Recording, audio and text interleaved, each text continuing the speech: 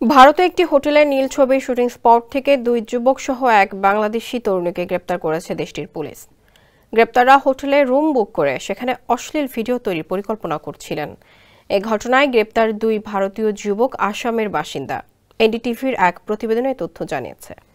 জানা যায় ২২ বছর বয়সী বাংলাদেশি তরুণী মিন আক্তার সীমান্ত দিয়ে ভারতে প্রবেশ করেছিলেন। তবে তার কাছে বৈধ কোনো কাগজ বা পাসপোর্ট ছিল না। পুলিশের ধারণা মিন আক্তার হয়তো আরও বড় কোনো অপরাধমূলক চক্রের অংশ ছিলেন।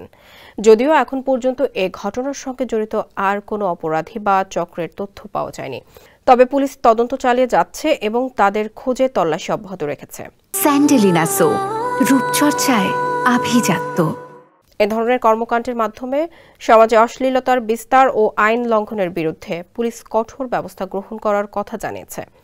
এ ঘটনায় আসামের গুয়াহাটি পুলিশ জানায়, তারা এই ধরনের কার্যক্রমে জড়িতদের বিরুদ্ধে কঠোর আইনগত পদক্ষেপ গ্রহণ করবে এবং অন্য অঞ্চলেও এমন ঘটনা পুনরাবৃত্তি রোধ করতে প্রশাসনকে সহায়তা করবে।